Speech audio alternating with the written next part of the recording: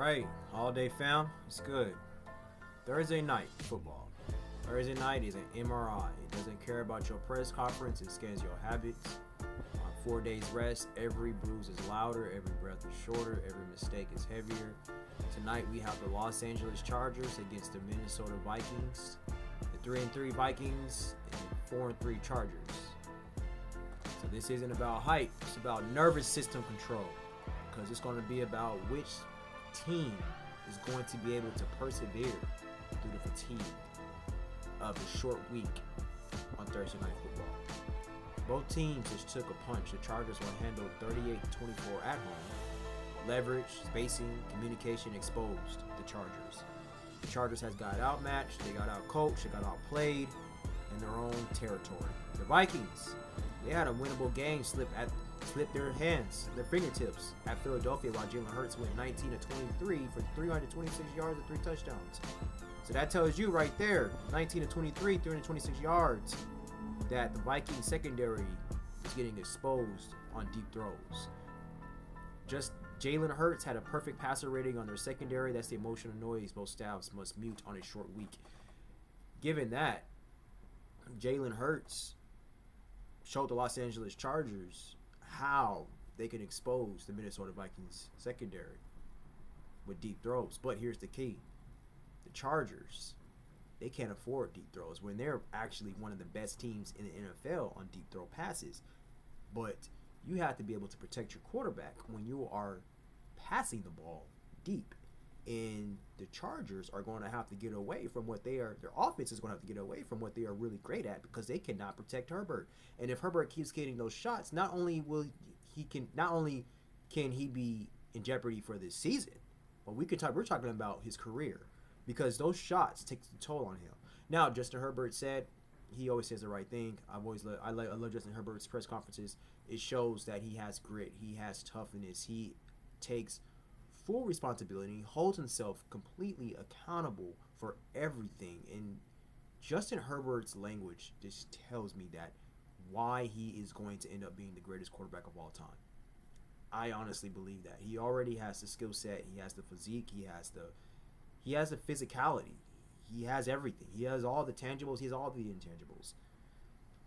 The only thing that people can really say about Justin Herbert is, oh, he hasn't won a playoff game. But everything else on Justin Herbert, he has it all. He is a pure leader, a true leader. And I know that he is the type of quarterback that anybody, any kind of receiver, any player would love playing for or with him. That's what I have to say about Herbert. I love it. I really do love it. Speaking of Herbert, the Herbert equation is what I like to call this. Justin Herbert, he's not just a quarterback. He's the ecosystem. Protected. LA layers tempo and stretches the field horizontally and vertically. That's what Herbert gives you. When he's pressured, the operation narrows and the whole offense tightens. Protection has been a moving target, so the Chargers have protected the franchise by design. They've leaned heavily into 10 personnel. 1 running back, 0 tight ends, 4 wide receiver, and quick game. 70% of Herbert's throws are 0 to 9 yards. Ball out fast, needs to live to the next snap. That's what they need to lean heavy. That's what they lean heavily on. 10 personnel. The deep ball has been rationed because the deeper the route, the longer 10 holds it. Right now, timing is toughness. Tonight's hinge, we got light left tackle Joe Alt. He said that that's the plan to play. If he's back, and right tackle Trey Pickens gives them snaps. The edge is calm. Stunt switching inside gets cleaner. Herbert's eyes get quiet, and a quiet quarterback can cook if they can keep Justin Herbert upright. So LA has already had Los Angeles Chargers already has more giveaways than all of last season. They have 10. So they have to be able to get this taken care of. Brian Flores doesn't just blitz; he multiplies your decisions. You don't prep for 4 looks; you prep for a dozen. Double A mugs, predator. So I think that what the Chargers needs to do to win this game is that they need to, if they can just protect Justin Herbert, they win this game. I don't really care what the defense does at this point. I believe Justin Herbert can go out there and single-handedly win this game if they keep him upright.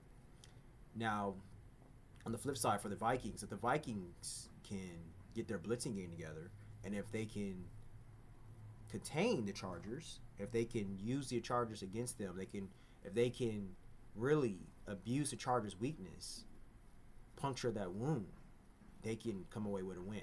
I think the Vikings offense is going to have to put up some type of points. The Chargers defense has not been playing well the past 3 weeks, and so if the Vikings offense can get a couple stops on the Chargers defense offense, if the Vikings defense can get a couple stops on the Chargers offense, and if they can get a couple big plays down the field, I mean, you got probably the greatest wide receiver in the game. If you can get a couple big plays on the field and some touchdowns, you can come away with the win. Dallas Turner has been a no-show. If they can get Dallas Turner cooking, getting him running, I mean, hey, the Vikings can definitely win this game in LA, but it's going to have to do with some stops on Justin Herbert. They're going to have to contain Justin Herbert, and they're going to have to make some plays down the field. It sucks because Aaron Jones is out. And the Chargers' rushing defense has been a no factor.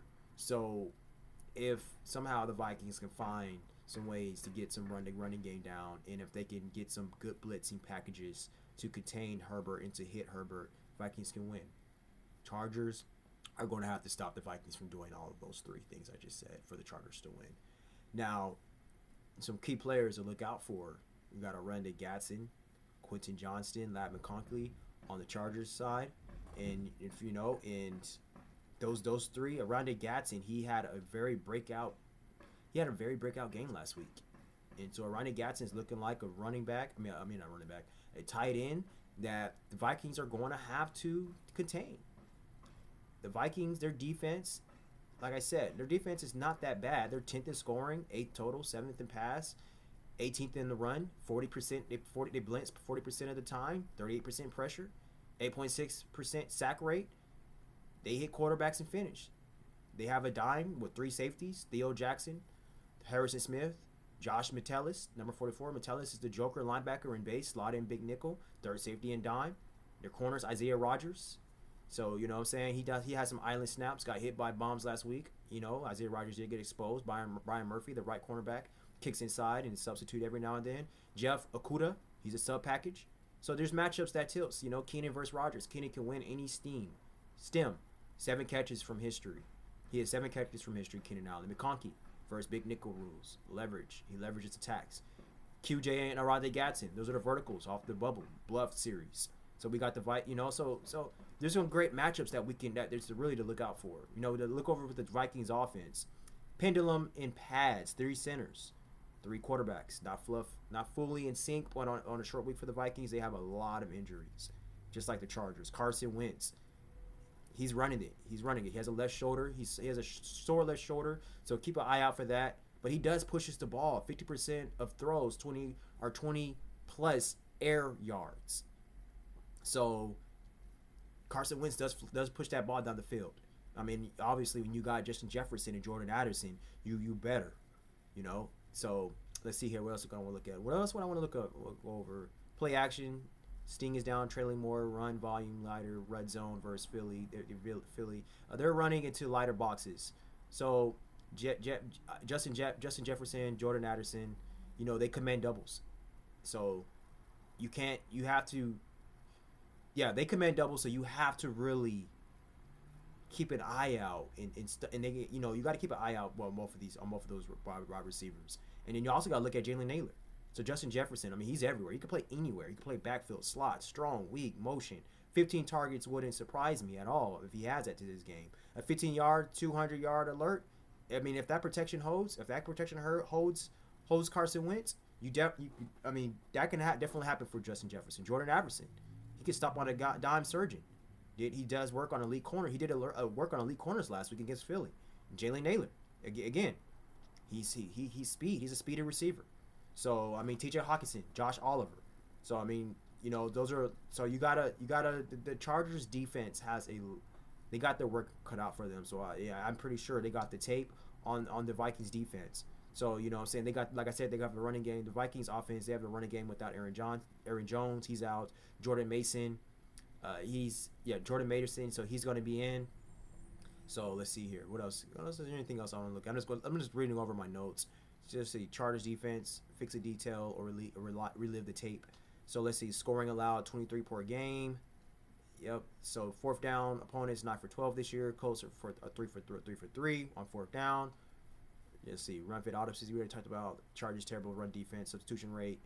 Yeah, substitution rate. Yeah, that's one thing. The Chargers, they have the highest substitution rate than any team in the NFL. You know what I'm saying? So that I don't really like it, but that's what the Chargers do. I think that's kind of what if I think that's what's actually causing a lot of harm on the Chargers defense.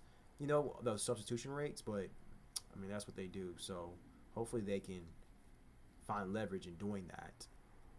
You know, you got the front people. You got Tui Pelotu. He's a tone setter. You know, he's powerful. He has strong hands. He's anywhere along the front.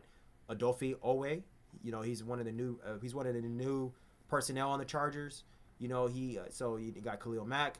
He had 12 snaps last week, so he might get more. And then we got the interior. We got Tier Tart, Caldwell, Igby, and then In Jones. And I forget his first name. So you know what I'm saying, they must put a dent into the Vikings interior. You know, the Vikings are on center number 3. So the Chargers can definitely, both of these teams are evenly matched because of their injuries and how their offensive line is just in shambles. But the advantage that the Chargers have is that they got Justin Herbert. So that's the thing. So let's see here. Anything else I want to look at? Denzel Perriman, ramping. Danielle Henley. He got 48 tackles, 2 sacks, two pass breakups of the year. He's regaining his win after his illness. Troy Dye, status shapes. Yeah, Troy Dye. So Deion Henley is getting a little better. He has kind of been off since his illness, but he's getting a little better. Elijah Molden, he's the range disguise eraser. If he's up, the middle settles, and Darren James can hunt edges. So if Elijah Molden is doing his job, it breaks free at least Darren James to do other things and go hunt the quarterback and do other things in the defense to hunt the ball, really. Darren James, he lives in big nickel and has rushed off the edge 35 times. Most offensive coordinators fan to him so that back doesn't get forklift. So most offensive coordinators are really pretty much trying to contain Darren James because Darren James is no telling where Darren James can be. The Chargers cornerbacks, Benjamin St-Juste, he started out struggling, but he's coming along. Cam Hart, you know, quarterback rating against him over 110. Dante Jackson, steady outside, must crack, replace. Tarheeb Steele kicks to the slot in substitution sometimes. He blitzes the juice, and he needs to shorten stride to finish. So Tarheeb Steele is probably the best cornerback that we have, and sometimes he does substitute in the slot every now and then. Let's see here. Code number. Let's see here. Chargers. Let's see. Herbert.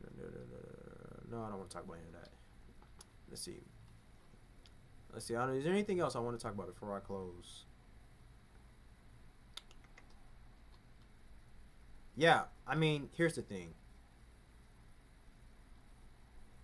The Chargers, like I said, the Chargers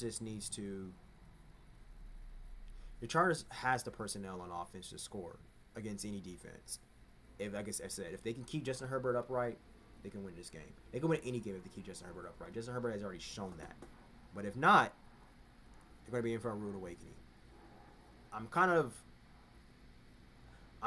of surprised that I had this score because I kind of wanted the Chargers to. I'm kind of thinking the Chargers could probably lose this game, given on how underwhelming they have been and how they have been underperforming. But I'm going to say that the Chargers are going to win this game 34-29. And so no, just to leave on this game. I mean, protect number 10. Trust your rules. Finish in the red. Play disciplined football when the world feels like it's collapsing. That's how you win on Thursday night. So, I mean, I think this game will be decided by control, not emotion, not highlights. It will be control of tempo, control of chaos. And Herbert, if he could trust the structure, if Wentz, he tests the storm with all steady in the pocket. I think that, because I think all is playing tonight. I think that, you know, and if Tuli, Owe, and Mack, if they can disrupt the pocket, and if Cameron Dicker, there's two great elite kickers that's playing tonight. You got Cameron Dicker and Will Richard. Really, really great elite kickers. So I mean, but if everybody just does their job on the Chargers team, on the Chargers side of the ball, they can come away with the win. The Vikings, I mean, kind of pretty much the same thing with the Vikings, but I think what will be the factor, the difference between the Chargers and the Vikings is that the Chargers has the better quarterback in Justin Herbert. And so I'm going to go ahead and give this game to the Chargers. I might be biting my tongue, but I'm going to go ahead and say Chargers 34, Vikings 29. Chargers 34, Vikings 29. So thank you so much for watching. We'll be back soon for a recap and all day.